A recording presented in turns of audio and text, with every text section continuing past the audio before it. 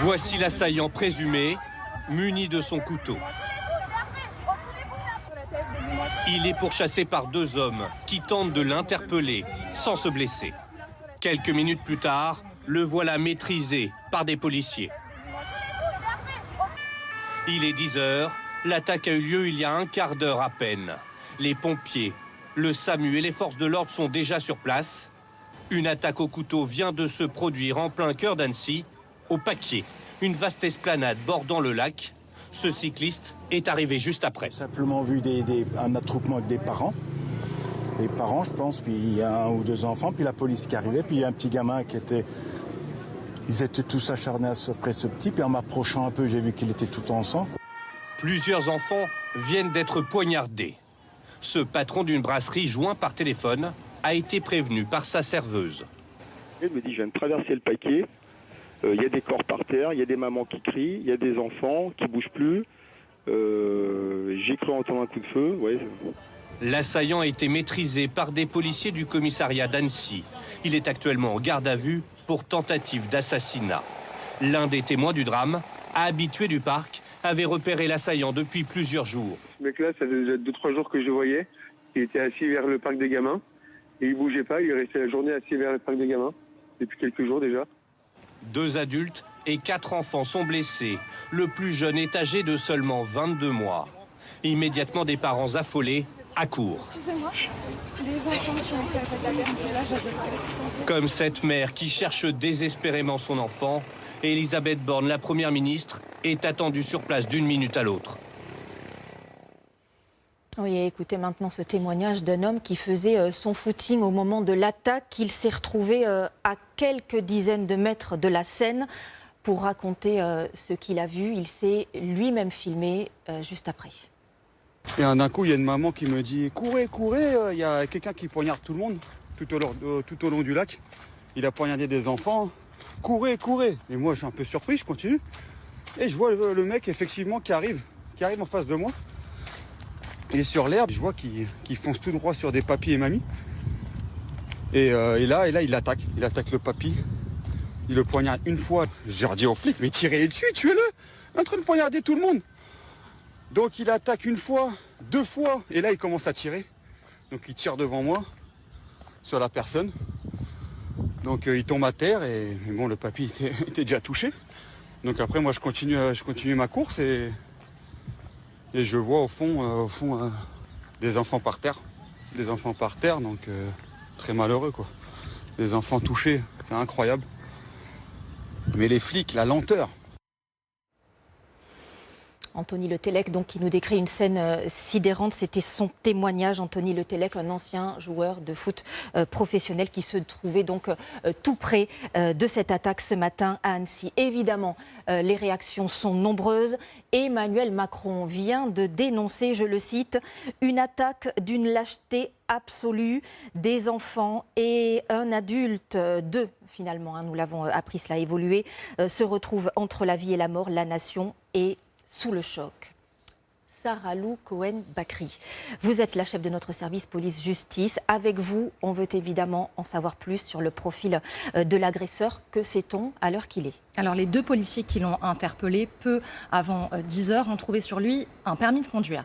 Sur ce document, il y a une identité, sous réserve qu'il s'agit bien de lui. Cet homme est né en 91, il a donc 32 ans, il est syrien. Il est arrivé en France en octobre 2022. Avant ça, il a séjourné plusieurs années en Suède. Il était arrivé là-bas en 2013 où il avait obtenu le statut de réfugié.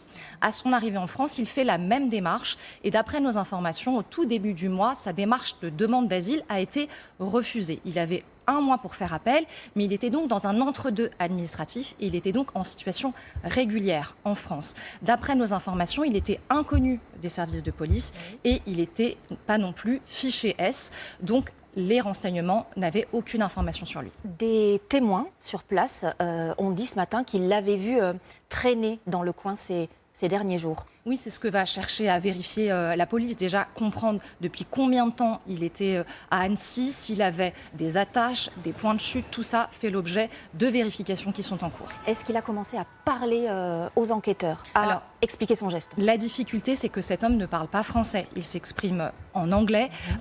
Évidemment, il va falloir un traducteur à ses côtés tout au long de la garde à vue. Il n'a pas encore donné son mobile. Cette garde à vue peut durer entre 48 et 96 heures en fonction de la nature des faits qui sera retenu contre lui. Merci Sarah Lou Cohen. Restez avec nous. On va maintenant retrouver Marine Chaise en direct d'Annecy. Marine, on va d'abord rappeler ce bilan terrible. 4 enfants grièvement blessés pour 2 d'entre eux et pour un adulte. Leur pronostic vital serait engagé. Où sont-ils, Marine, à l'heure qu'il est? Eh bien, les victimes ont été transférées vers l'hôpital. Des victimes, vous l'avez dit, très jeunes, entre 2 et 3 ans. L'une d'elles est même âgée de 22 mois. Et pour 2 d'entre elles, le pronostic vital serait engagé. Les faits se sont produits juste derrière moi, au Paquier, sur une aire de jeu. Depuis, le secteur a été entièrement bouclé. Mais nous avons croisé ce matin de nombreux parents qui ont accouru pour avoir des nouvelles, pour connaître l'identité des victimes. Vers 11h, 11h30, les écoles ont également rouvertes. Et là, les parents ont accouru, une fois encore, pour essayer de récupérer leurs enfants. Nous avons croisé un grand-père qui s'est dit très inquiet, évidemment. Une cellule de soutien a été ouverte, ainsi qu'une cellule d'information que vous pouvez contacter si vous avez été témoin ou si vous avez des informations au 04 50 33 61 33. Merci Marine pour ces précisions. Vous nous parlez des parents et justement l'un d'entre eux a accepté de nous parler ce matin. Écoutez son témoignage. J'ai eu très peur parce que je savais qu'ils étaient à côté du Paquier, ils étaient dehors à 50 mètres.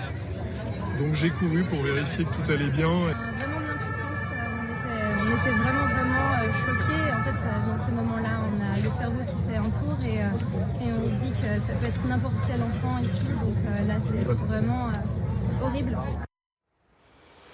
En réaction à cette attaque, immédiatement, 1 minute de silence a été observée à l'Assemblée nationale. La Première ministre Elisabeth Borne et le ministre de l'Intérieur Gérald Darmanin sont en train de se rendre sur place. Toute la classe politique réagit, toute la nation aussi. Écoutez Antoine Armand, député Renaissance de Haute-Savoie, et Éric Ciotti, président des Républicains. C'est une attaque contre l'humanité qui a eu lieu ce matin. Une attaque contre notre âme, tout simplement, où de jeunes enfants qui jouaient en dehors du temps scolaire se sont fait attaquer par un individu. Et donc ce que nous voulons dire aujourd'hui, c'est notre solidarité d'êtres humains, d'Annéciens, de Français à leur égard. Je veux saluer ceux qui sont intervenus et puis je veux aussi exprimer à ce stade ma colère devant ce drame qui touche une fois de plus, une fois de trop, notre pays. Sarah Lou, je me retourne vers vous.